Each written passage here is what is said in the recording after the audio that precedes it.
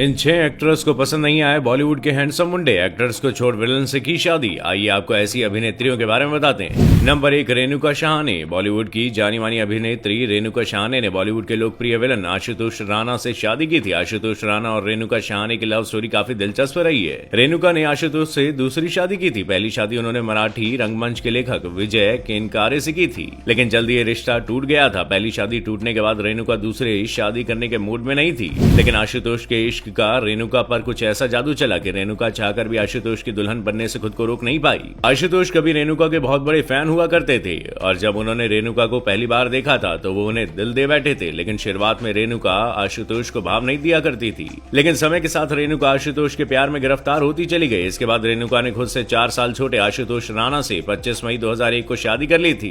दोनों की शादी को 22 साल से भी ज्यादा समय हो चुका है। अब दोनों अपने 2 बेटों संग एक खुशहाल जीवन जी रहे हैं। नंबर 2, शिवांगी कोल्हापुरे।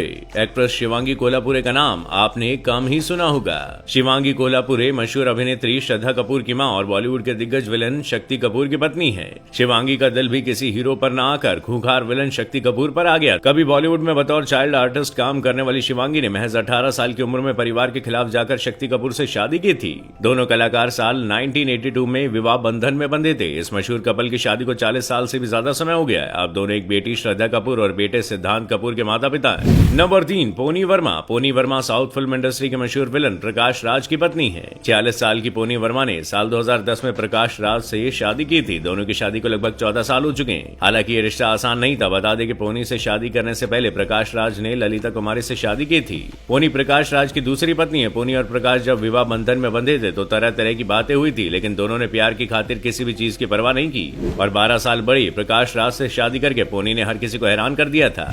नंबर 4, पूजा बत्रा। कभी बॉलीवुड सुपरस्टार अक्षय कुमार की हीरोइन रही पूजा बत्रा अब लाइमलाइट में नहीं रहती है। अपनी खूबसूरती और बोल्डनेस से लाखों दिलों को दीवाना बनाने वाली पूजा बत्रा का दिल भी किसी हीरो पर न आकर एक खलनायक पर आ गया।